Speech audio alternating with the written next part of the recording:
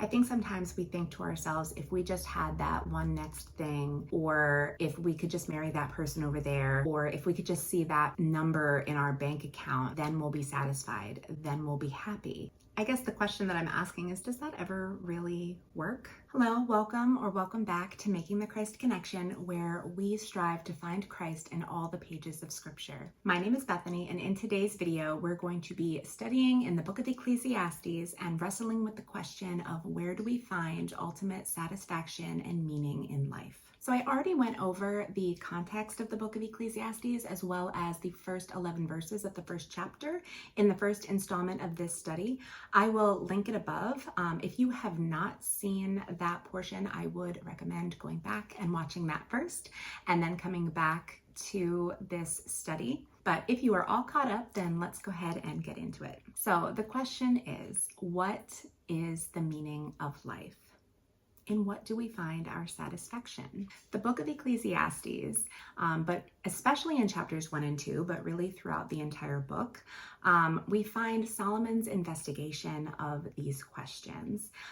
In chapters 1 and 2 specifically, he says that he devotes himself to seeking satisfaction and meaning in 4 main categories. And those categories are wisdom, pleasure, accomplishments, and riches. So we are going to take a look at those categories one by one as we go through this study. So for wisdom, we're going to go ahead and read Ecclesiastes chapter 1, verses 12 through 18. And once again, I am reading from the King James because that is what I am most familiar with. I, the preacher, was king over Israel in Jerusalem, and I gave my heart to seek and to search out by wisdom concerning all things that are done under heaven. This sore travail hath God given to the sons of men to be exercised therewith. I have seen all the works that are done under the sun. And behold, all is vanity and vexation of spirit. That which is crooked cannot be made straight, and that which is wanting cannot be numbered. I communed with my own heart, saying, Lo, I am come to great estate. I have gotten more wisdom than all they that have been before me in Jerusalem. Yea, my heart hath great experience of wisdom and knowledge. And I gave my heart to know wisdom, and to know madness and folly. I perceive that this also is vexation of spirit. For in much wisdom is much grief, and he that increaseth knowledge increaseth sorrow. So as we discussed in the prior video, King Solomon was the wisest person to ever live in the past, the present, the future.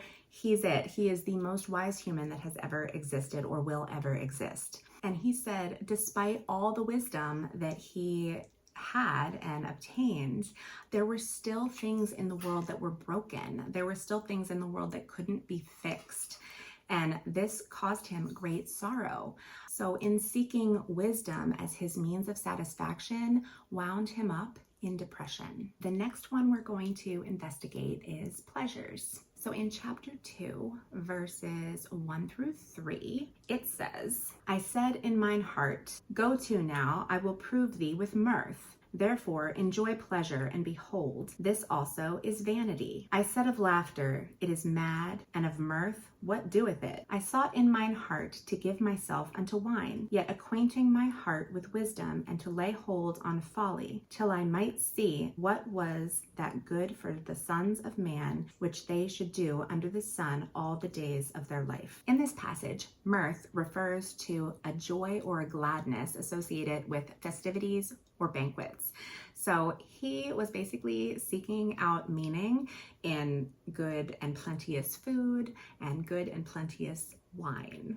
The next little section I want to read is chapter 2, verses 8b through 10. So we're going to start in the middle of verse 8. It says, I gat me men singers and women singers, and the delights of the sons of men as musical instruments, and that of all sorts. So I was great and increased more than all that were before me in Jerusalem. Also my wisdom remained with me, And whatsoever mine eyes desired, I kept not from them. I withheld not my heart from any joy. For my heart rejoiced in all my labors, and this was my portion of all my labor. He continues to seek out pleasure in this part of the passage through entertainment, singers, the delights of the sons of men, which is a very nice way of saying sexual partners. King Solomon, it says in 1 Kings 11:3 that he had 700 wives and 300 concubines.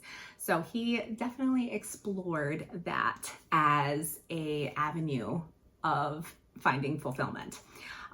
He denied himself literally nothing, and he could literally have anything that he wanted because he was the king. So the next one is accomplishments.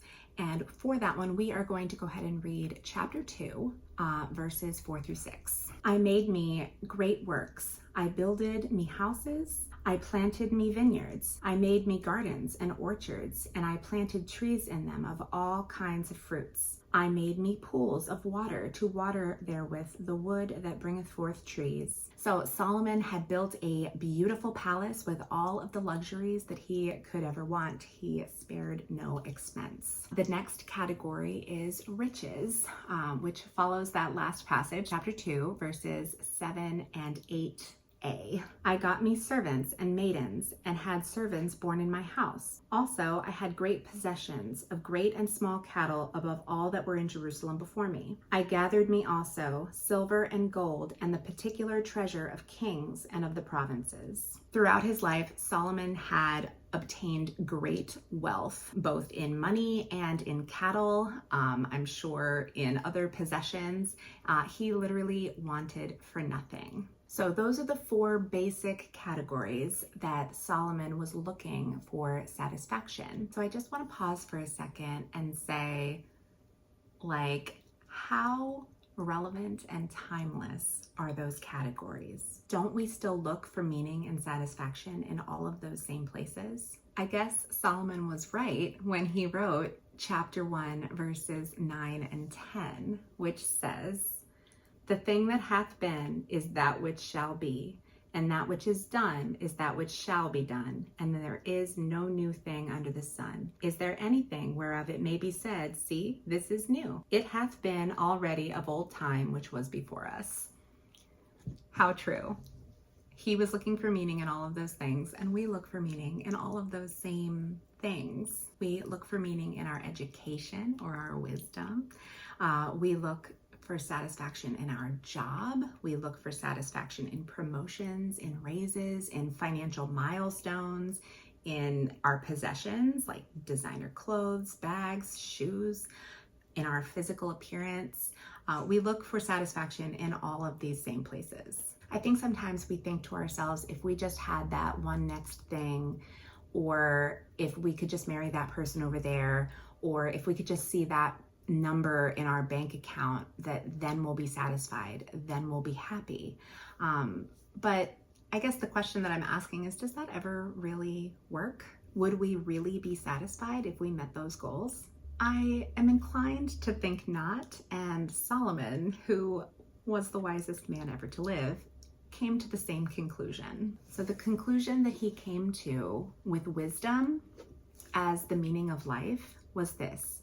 In chapter 2, verses 12-17, it says, and I turned myself to behold wisdom and madness and folly. For what can the man do that cometh after the king? Even that which has already been done. Then I saw that wisdom excelleth folly, as far as light excelleth darkness. The wise man's eyes are in his head, but the fool walketh in darkness. And I myself perceive also that one event happeneth to them all. Then I said in my heart, as it happeneth to the fool, so it happeneth unto me. And why was I then more wise? Then I said in my heart, that this is also vanity. For there is no remembrance of the wise more than the fool forever.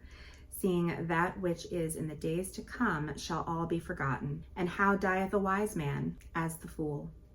Therefore I hated life, because the work that was wrought under the sun is grievous to me, for all is vanity and vexation of spirit. So basically in this section, he's saying that while wisdom can be helpful to help you navigate the difficulties of life, ultimately, if you live your life in a wise way, you're really still no better off than the person that lived their life in the foolish way, because you are both going to die in the end. And the wise are remembered no more than the foolish are. Therefore, in the end, wisdom is meaningless. It's all vanity. His conclusion is similar when it comes to accomplishments and riches.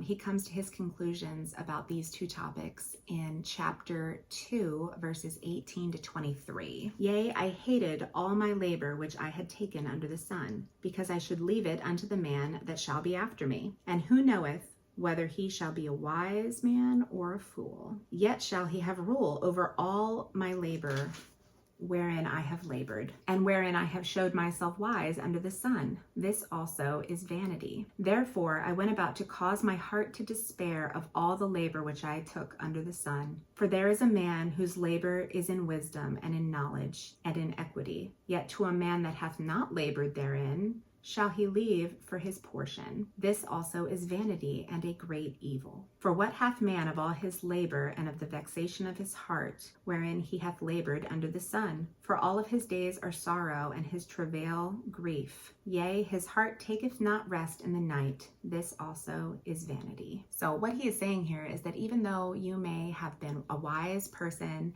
and obtained lots of things during your life through your wise endeavors, eventually you are going to die, and you will leave that to someone who may or may not squander it foolishly. This leads him to despair because he worked his whole life to achieve all of these things, and then someone's just going to waste it after him. So this leads him to believe that accomplishments and riches in the end, because of death, are all vanity and meaningless. It's kind of like as Solomon is investigating these different categories, he keeps coming back to that reason why he started the investigation in the first place. Those cycles of life, those never-ending cycles. We live and we die, and all that we did is forgotten. So what category is Solomon left with? Pleasure. In chapter 2, verses 24 and 25, he says, "For there is nothing better for a man than that he should eat and drink, and that he should make his soul enjoy good in his labor. This also I saw, that it was from the hand of God. For who can eat, and who else can hasten thereunto more than I?" These verses are an excellent example of why we need to keep the context of Ecclesiastes in perspective while we are reading, and don't just cherry pick verses out of this book or anywhere in the Bible. So he is doing this investigation from the perspective of earth, without God in the equation. So he is looking at it from man's perspective, and he is coming up with, like, you might as well just eat, drink, and be merry. This is a very flawed mindset to have because it excludes God from the equation. And actually, man's flawed mindset is going to be the topic of the next study. So we are going to take a really good look at the phrase under the sun. So that is going to be the topic for the next installment of this study. But anyway, I just want to get back. Sorry about the bird. This phrase, eat, drink, and be merry, for tomorrow we die, is a phrase that is used quite a few times in the Bible. However, it is not an attitude that is well looked upon in the Bible. It is always, always, always associated with sin, a bad, sinful attitude.